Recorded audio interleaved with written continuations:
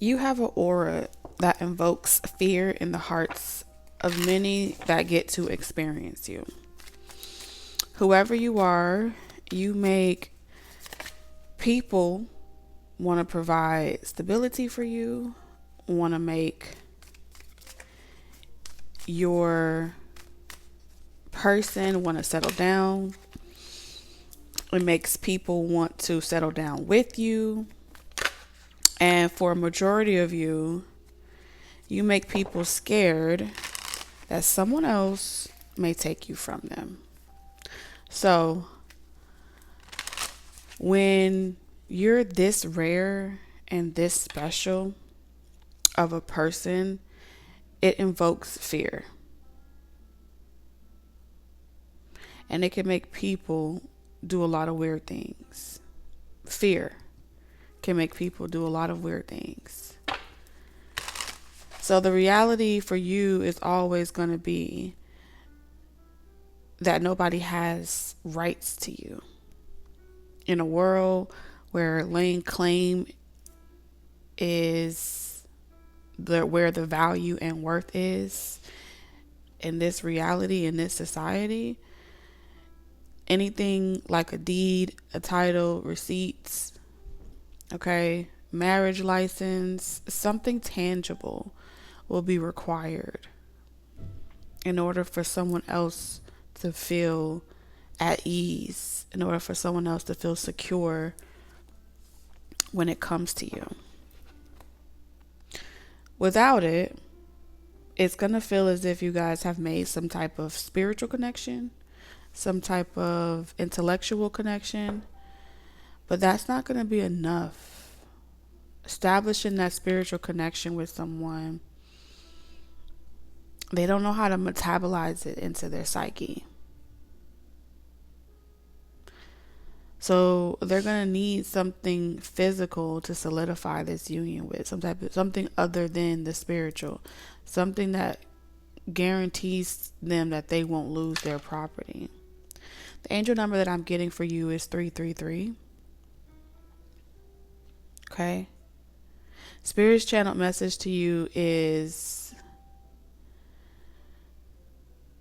anytime that somebody plans to claim you, anytime they plot out a strategy to successfully claim you, to successfully get you, and it doesn't work on you, spiritually it's equivalent to it no longer being an easy journey for them. They made it harder for themselves. All right. So anytime the plan is unsuccessful, the longer the journey towards marital bliss, the longer the journey towards being together, the longer the journey. You get what I'm saying? The angels here, because this reminded me of when two levels of consciousness touch and agree. The angels are no longer going to be giving someone or anyone that comes into your life that plays their cards in this way the right words to say to you. So in order for us to know like how this is going to happen, when it's going to happen, and all those great details, we're going to take a sneak peek, okay, and see what's going to happen.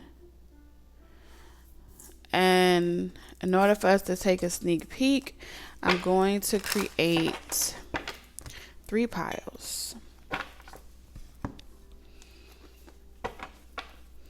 And in just a second, you'll be able to choose 3 images on your screen that you can connect with intuitively in order to see how this is going to play out for you, in order to see what's going to happen in anyone that's dealing with this type of situation. So whenever you're ready, take a moment, sit with the images, and go ahead and skip to your timestamp in the description box.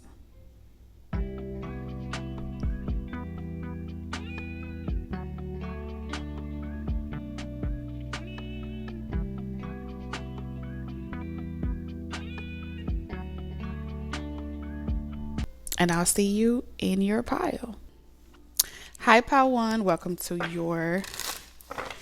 your reading. We're going to be taking a look, as I stated before, at what's going to happen in your pile, how this is all going to play out.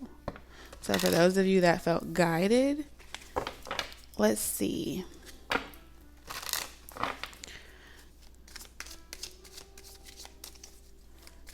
For pile 1 spirit. So we have the Sun and the Eight of Swords.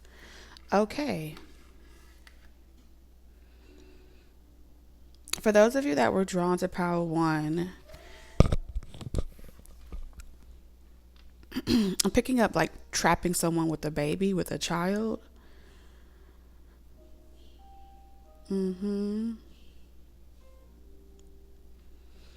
Pile 1, you guys have a lot of people that would love to trap you with a child. They would love to take you off the market in that way. Something that gives them a peace of mind that you aren't going anywhere.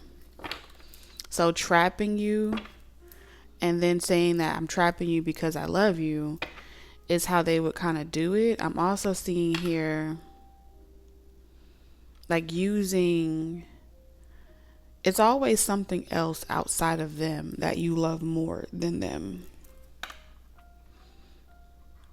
So having children with someone, something about having a child, having a dog, sharing a plant together, and then they threaten to take the plant away if you leave them.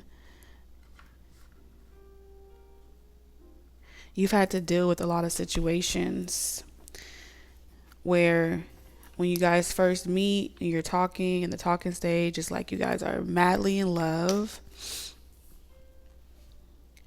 Everything is perfect. And then somewhere down the line, they get afraid. And they feel like they won't be able to hold your attention long enough. They won't be able to keep you completely to themselves long enough. And so they get afraid and they start trying to look for ways to make you happy. And when that doesn't lead to something quickly, there's something about quickly here. It's like, wow, we only started talking in August and we only been talking for 6-8 weeks, and you wanna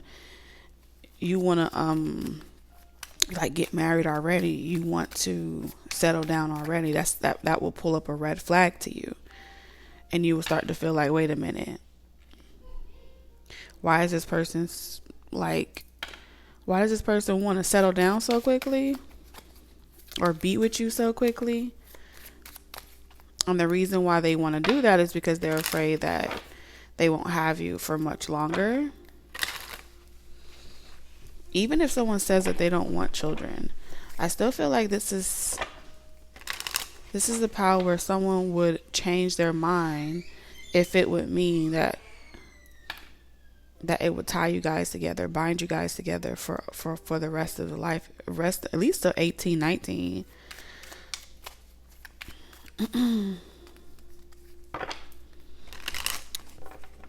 But when they meet you, their test here is to love you unconditionally and trust that you're gonna stay where you want to be, and that no one has to play games on you. But it's like the people that you meet, they never get that. They never get that memo. They try to force your hand. Well, now y'all gotta work together. Y'all gotta be together out of fear of losing you. And they may tell you later on, like once they got you, like, yeah, I got you pregnant on purpose, or yeah. Or hell, you may feel this way about somebody where it's like you wish you had got someone pregnant on purpose when you had the opportunity. So there would be no conditions. Something is about loving unconditionally. You meet a lot of people that want you to love them unconditionally, but they're never secure when it comes to you.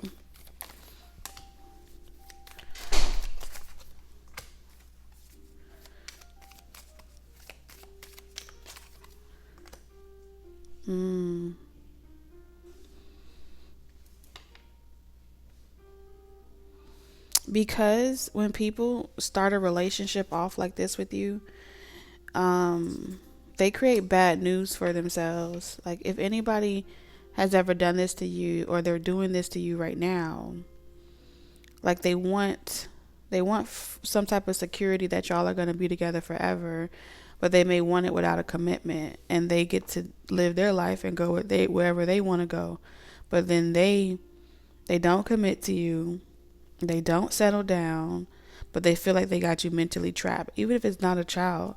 These are situations where games have been played on you guys in such a way where they will give you the world and be the best version of themselves.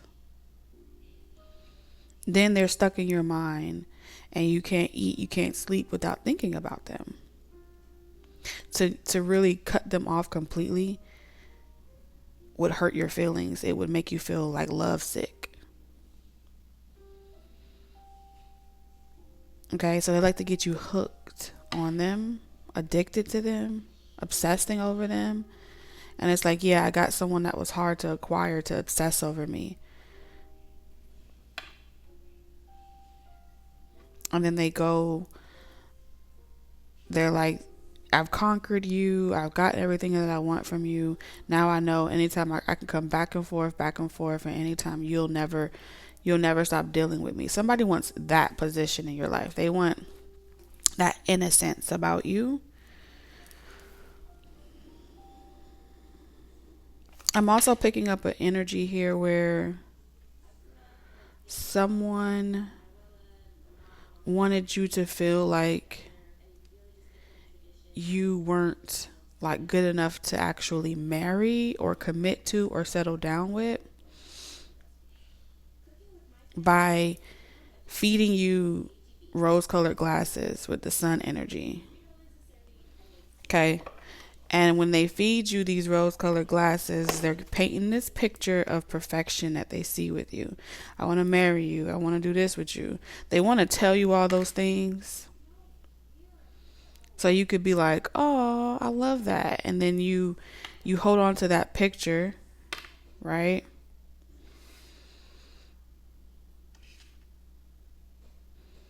And then when they venture off into talking about your past and people that you dated while you're still single, it's like, oh, now you've given me bad news. I don't like the sound of that. So I'm gonna like tell you, like, we can date, but I don't want nothing serious. That's the no commitment energy. And it's a way for you to feel defeated.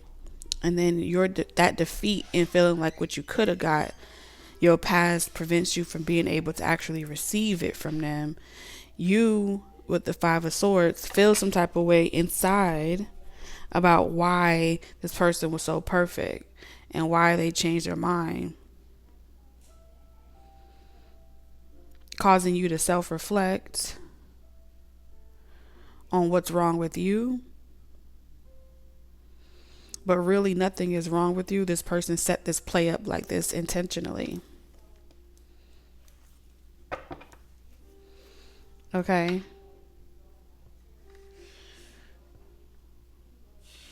Let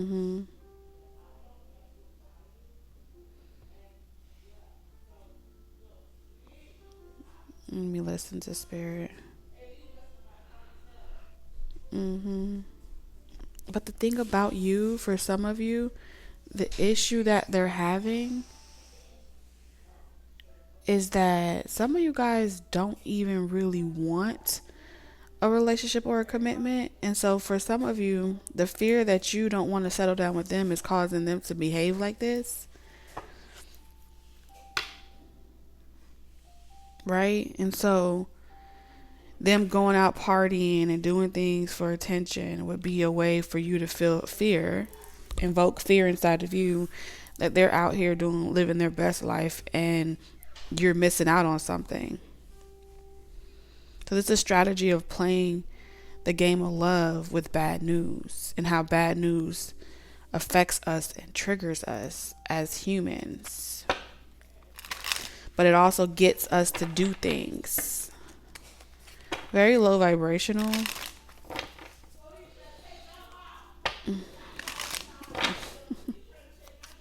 Let's see here.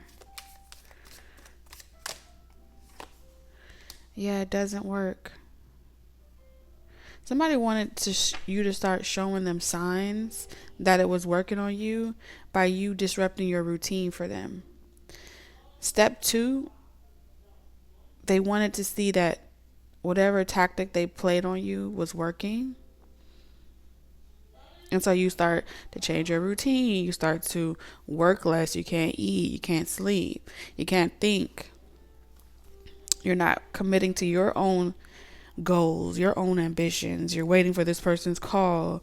You're staying on the phone with them longer. These are the signs that somebody is expecting or was expecting for you to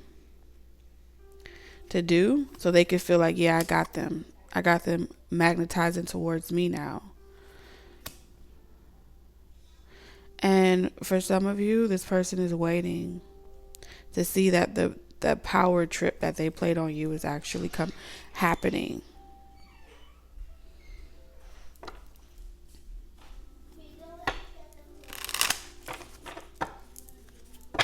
You have multiple people playing a power trip on you.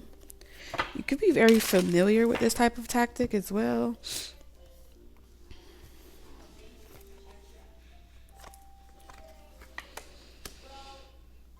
Let's see. So I see you focusing on your career, ignoring this person, and having even firmer boundaries. When you get wind of this person performing this tactic on you, if you haven't already, it's like you course direct. You take all of that attention that you could have been giving someone else and you see them in a different perspective. You see them as bad news, bad karma.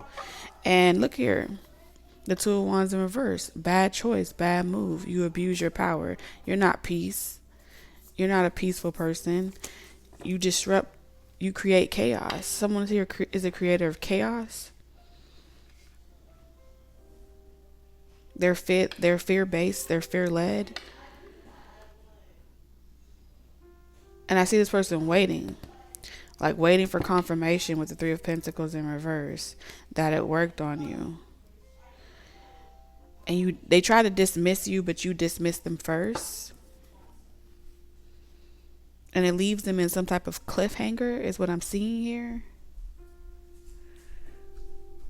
So that's what I'm seeing for you. That's what I'm seeing for you, Pile 1. In the extended, we're going to take a peek at this person's response. So if this is where we part, I'll look forward to seeing you next time, Pile 1. And if you're coming over to the extended, the link is going to be down below. And I'll see you over there. Bye, Pile 1. Pile 2, welcome Pile 2 to your sneak peek. Let's see what's going to happen for you, Pile 2, in regards to this situation. Pile 2, what's going to happen with Pile 2? Pile 2, I'm seeing you get your money up, okay? Off rip, I'm seeing you get your money up. I'm seeing you get a lot of business opportunity. You're going to meet a lot of people. It's going to happen with Pile 2. This is the most powerful time for you right now. Whatever craft you have, whatever gift you have, whatever purpose you have, this is like the infinite possibilities, the infinite momentum, Pile 2, is promised for you during this time, okay? Creativity, you're going to be in a positive energy cycle. That's what Spirit is telling me. Oh, I told you, the Queen of Pentacles. Come through, Spirit. With the Empress. Oh my God. You really are that guy. You really are that girl. Like, you're the main character in your world. You are abundant. 3. I was seeing the number 3, and there we got it. We got it right here. I feel like there's going to be it's like a long cycle of just being blessed and highly favored. Um, so many people are going to feel inspired by you. I see your money coming up. I see abundance all over you. All right, pile two.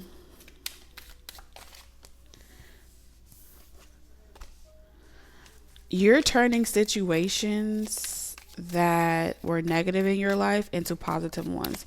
You're alchemizing. Roses are truly meant for you. Like having roses all over your house. I'm seeing you peace lilies, having roses on your desk, wearing roses. The color red is attracting you to so much. Um wow, like you're getting all the 7 of cups. Not like you got to choose one. You're getting all of it at once. Multiple people desiring you. Um, it feels like people with sneaky intentions and sneaky motives start revealing their hands to you. Um, like you've encountered a lot of people that try to cast spells on you, spells of illusion, spells of delusion, right? Intoxicate you, trick you, but you've mastered how to be able to tell when someone's trying to pretty much place intentions on you. Excuse me, I took a sip of my tea and ain't been right ever since. All right, so I'm hearing future. It's what did he say? It took a sip of my tea and I ain't never been right ever since. You ain't gonna never end. It's like we. Yeah, something about future. Okay, Kelly and rolling. Ooh. Something about music. You could be in the music industry. You don't have to be, but I am picking up on getting a lot of channeled messages. Like you're on this frequency where it's like you could switch it up at any given time. Like your aesthetics, who you are, you're just on a magnetic, abundant frequency, like straight up.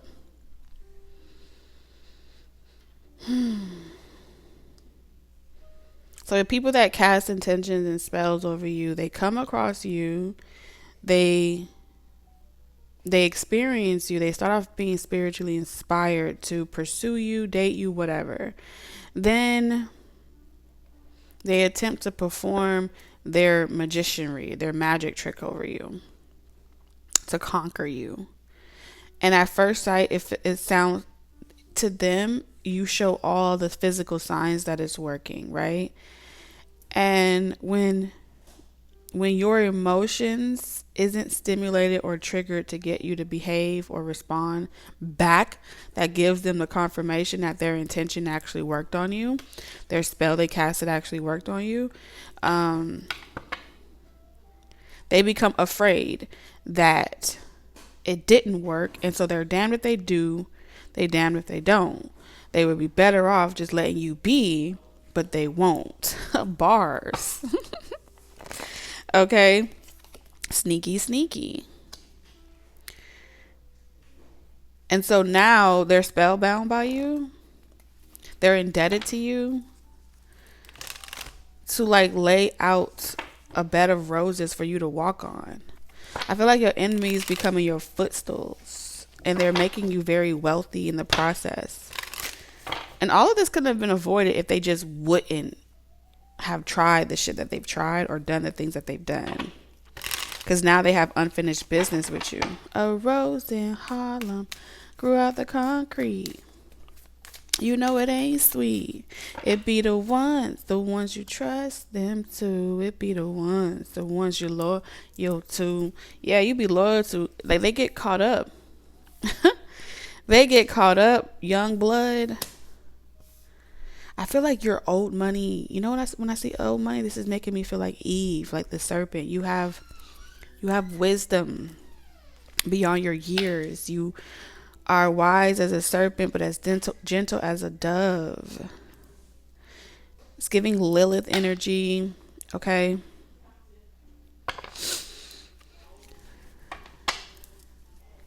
The divine feminine energy doesn't play about you. Yeah, you be out here turning demons into prince. Okay? It's like first they start off coming across you. This is tale as old as time, Beauty and the Beast. They come across you. They attempt to fuck with you.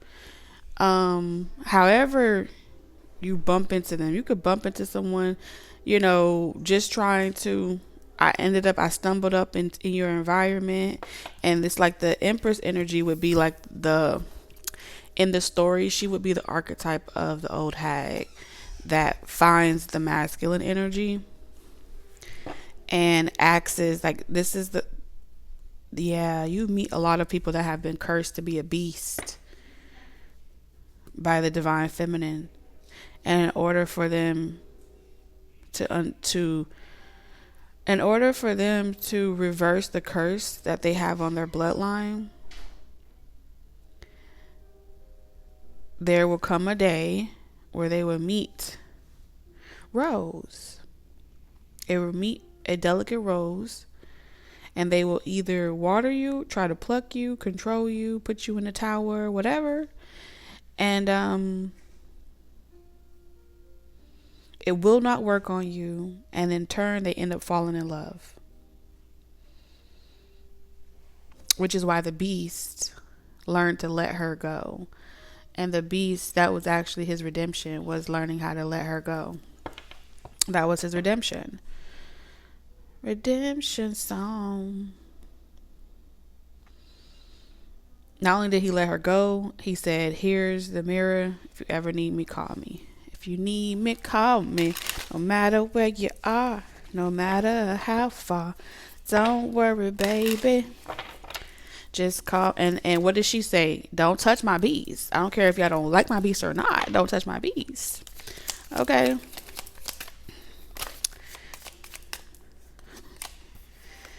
Don't touch my beast out here. And so anytime someone comes in and they want to harm you, they get the beast. The beast is not, when people try to figure out who you're in love with that won't let their spells work on you, they attempt to possess you, control you, lock you up, and all that happens is that offends the beast so much. The beast is always watching.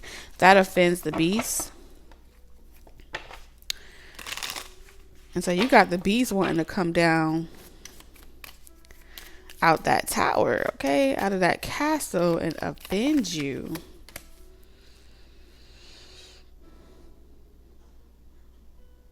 Something about transformation. The breaking of the hearts creates some type of spiritual transformation. It's like, oh no, you've hurt Belle. Something about Belle. Okay, especially if you resonate. Yeah, because you have this defense, like standing on your belief systems. But it's like with the death in reverse, you're not standing alone. Like you're never standing alone. Sheesh. Anytime that you feel hurt, there's someone that comes to your aid, because you have the matching pair here, the 7 of Wands and the 9 of Wands. There's someone that's always going to, no matter what, stand 10 toes down with you. They're not going to let anyone try you like this or put spells and cast things over you. And so even if you like, I got it, I know how to handle this situation, someone's still coming in like, yeah, I know you got it. And we're going to make sure, I'm going to make sure that this person pay you tenfold. Yeah.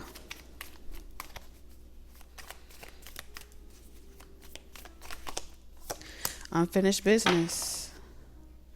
Dang, someone's indebted to you and they have to pay you. Pay you in equity for making you sad.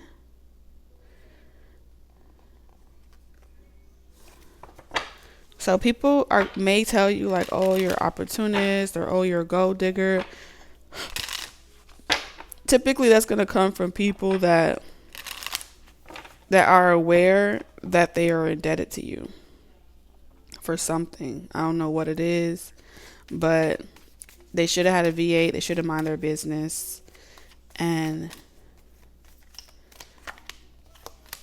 now they have to go through like a spiritual rebirth. You enlighten people, because demons are made from pain and how they process pain generation to generation. You present people with the opportunity to confront their pain and to evolve and ascend. And if there wasn't people like you on this planet, we would have a whole lot of fucking bitches jumping ship. We would have a whole lot of demons.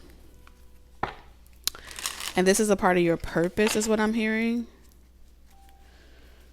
Wow. So we're going to go over into this extended and take a peek at your person's response to this situation, what's coming next in regards to this situation. But if this is where we part, I love you guys, and I'll see you in the next one. Bye, pile 2.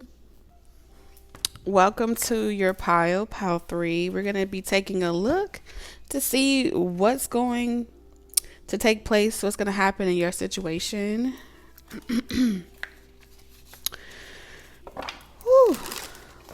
So pile 3, big message about your angels are no longer going to be whispering into other people's ears, because your angels are bringing people towards you. Messengers, these angelic angels, are going to people, right? Humans, and they're speaking and communicating and giving a message of what to say to you, giving a message of how to talk to you, communicating. And so whatever sources, I don't care if they connect to these angels through a dream. They may say, I dreamt of you. They may say, I saw you in a dream. They may say, angels came to me. They may say, I just feel it in my spirit to come towards you. Whatever it is, some will actually go out and connect with readers and shamans, and through those channels of communicating with higher beings, they will walk away from that channel feeling as if I'm supposed to come towards you. I'm supposed to reach out to you. I'm supposed to call you. And I feel like, I don't know why, but I'm constantly drawn to you. What does that mean? And so people are feeling the call to ask you, to be inquisitive when it comes to you, pretty much. However, based off a series of events, okay, reaping what people have sown, these things have to harmonize, okay? Everything has to get to the point of balance and harmony, okay? Whether it's a romantic connection, platonic, professional, there has to be harmony. So, the only people that will feel called to come towards you are going to be people that have attempted to cast intentions with the 7 of Cups. Intentions, right? Whether they fantasized about you, that's an intention. Whether they spoke it into existence, that's an intention. Whether they were casting good thoughts or bad thoughts, all right? Whether they was testing you or blessing you. What Northwest said,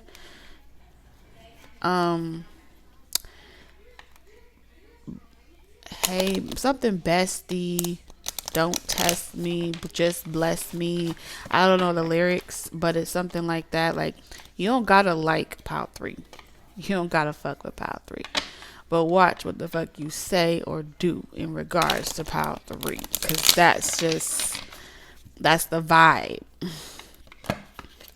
This can either go good or this can go bad. Like, really, really bad. So, through this process, those angels that brought them to you are going to, everybody go mute. Stop talking. Sit your ass down. And here's what's about to happen. Let me show you to you what you did. Let me show to you how you fucked up. How you had Pal 3 fucked up. I don't know. But this is like losing gifts, being unable to communicate with higher realms. Your spiritual realm, whether you are aware of it or not, is so unfuckwittable, it don't even make no sense. Okay, anything trying to stop you from doing your work and distracting you, it gets cut off immediately. Cease and desist. Do not fuck with Pal 3. And Pal 3, y'all are the ones where this is like the divine coming down personally. Not having to send the angels and send your ancestors and other people. The divine comes down personally to fucking exact judgment. Okay? Like a call. I'm coming in person. I'm manifesting in person. I'm about to be sitting at the coffee shop with your ass. I'm about to be sitting in the car with you. You won't even know. The homeless person, I got to look you in your eyes personally. All right? The person that's taking everything from you, I manifested into their flesh personally to make sure that you experience this directly. And when you look in your eyes, you're going to know exactly. Instantly. This could be a person cheating on you. And the person that they cheating on you will experience a temporary possession equivalent to, you ever saw the show Travel? All right. I want to look you in your eyes while you doing the deed. Manifest into man or woman. It don't matter. Child, baby, man, woman, poor, rich. It don't even matter. You won't even know that you having a whole conversation with the divine. Because that divine don't play about you, Pal 3. I ain't sending no messenger. I'm coming in the flesh. I'm coming by my motherfucking self. Damn.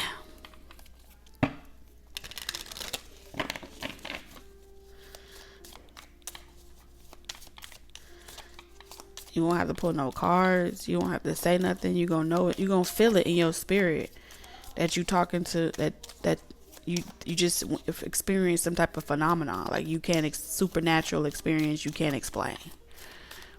And it's either gonna come in the form of a blessing or a lesson. And that is what's happening around you right now, Pal 3. The angels are no longer going to be giving, it's lights out, no longer going to be giving advice, insight to anyone, telling them the right words, getting on your good side, none of that. When they go to sleep, it's all symbolic. What I'm seeing is something is instantaneous when it comes to you. 6 of Swords. Something is instantaneous when it comes to you, Pal 3. And my light went out. And it's interesting that on this card, it's like a murky or set. Something has been set.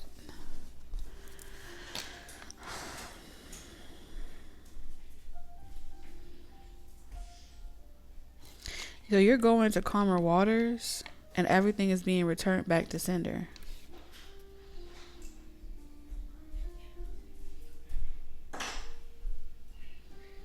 Yeah, it's being returned back to sender.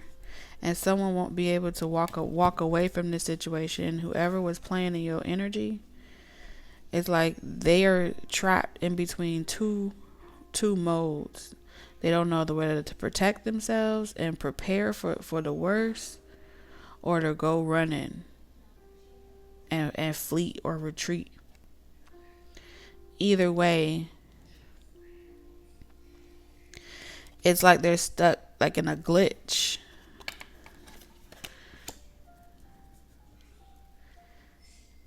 and it's going to keep happening like repetitively, and then it's going to make them remember like, damn, I did play around, I was deceptive, I did hide, I did come, I was snooping, I did do something, I did create fake accounts, I was pretending to be someone, I was hiding behind a mask. They're going to be torn between wanting to come and tell you that to see if that works, or strapping up and preparing for a rainy day. Difficult position to be in. This is I don't want no smoke. I don't want no trouble. Ten of Pentacles. I'm just doing what's necessary for my family. Fear. This is what a person do when they get afraid of who you are. It's like, no, I don't want you a part of my family. I don't want you around me. I don't want you around my loved ones. And this is how I'm going to strap up and protect myself. And their way of doing it was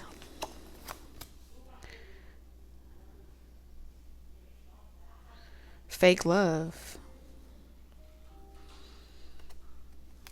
Damn, fake love.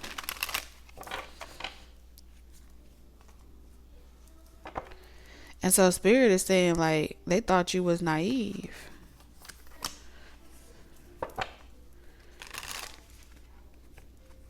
But technically, they can't come back to you and say, oh, I'm sorry for this or I'm sorry for that, because they were coming in disguise. And because they were coming in disguise, technically, there should be nothing to apologize about, right? Because they're not supposed to be there, or they're not supposed to have been meddling. But the truth of the matter is, and so every time they think about making it right with you, or kind of like clearing the air, it's like, what air is there to clear? And this is what keeps them stuck. What air is there to clear if you never set intentions to begin with? You get what I'm saying? If they never attempted to trap you, restrict you in any way, if those intentions were never set, if the game was never played that way, they would never have to come towards you. They never tried to block you. They never tried to do anything against you. It'd be all love, right? Nah. It ain't all love. So now they got these ghost riders on their ass. And they stuck in perpetual karma.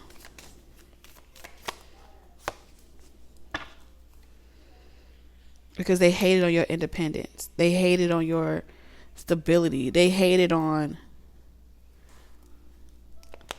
They wanted you to feel like your decision to be independent is a reckless decision. Some of y'all, it's like your own in-laws, your own mothers, your own family. Ten of Swords comes from people, close to you. There's always people close to you.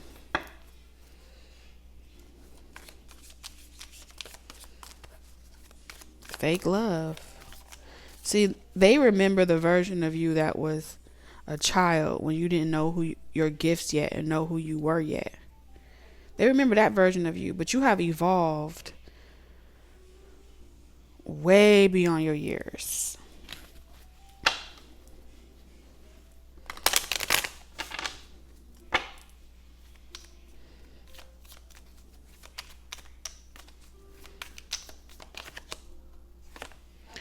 Wow. So guess what? How about these people are about to attempt to petition the Ghost Rider? Make a deal. It's like, okay, well, I'll strike a deal with the energy that's coming to exact karma. This is about to get interesting, because we hear energy. They're trying to avoid a disaster by saying when the energy comes for them, they're going to talk directly to that energy. Whatever it is, whoever it is. When God comes, the divine comes themselves to check this person, they're going to strike a deal with that. Strike a deal with that energy. To try to avoid a disaster. Like, I'll do the time, I'll do whatever is necessary. I'll do some good deeds. I'll pay charity. This is like wanting to be on probation instead of going to spiritual jail. So let's see how the divine gonna respond to this situation, because I feel that's what I feel like the divine wants me to do. And yeah, so in the extended, we're gonna take a peek and see what the divine's decision is when it comes to this situation. And if this is where we part 3, I love you guys, and I'll see you in the next reading. Bye.